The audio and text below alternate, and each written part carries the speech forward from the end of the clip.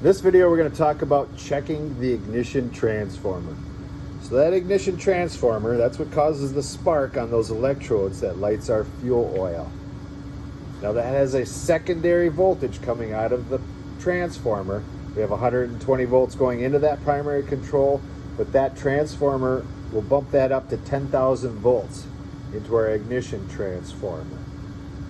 So we're going to start this up with the transformer lid closed because we want that CAD cell to sense dark before it sees light. Remember, the CAD cell has to see dark before it sees light. You can't just jumper that out. So we're going to start that up. We have ignition. We're running about 1.9 amps on that secondary. I'm just going to take an insulated screwdriver. I'm going to pull that spark away.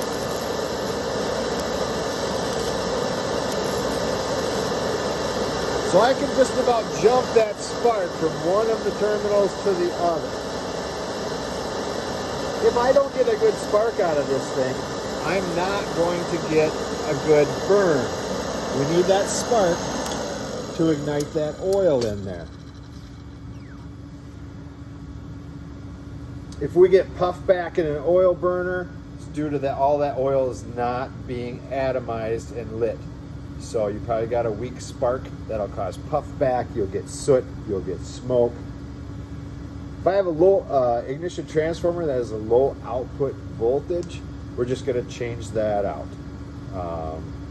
You can get a new one, switch it out, get the new solid state. The newer ones are a solid state control. A step up transformer has more wires in the secondary coil and less wires in the primary coil. Kind of the opposite of a step down. So in a step up, we have less wires in the primary, more wire turns in the secondary. So that's just a quick video on how to check that spark. Just going to use the transformer. We're going to use a screwdriver to test that. Notice how when I tried to start that with this open, it did not start because the CAD cell's seeing light. If I close that, it starts up.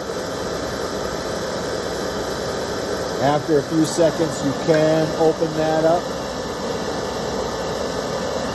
And then we're just going to check our spark.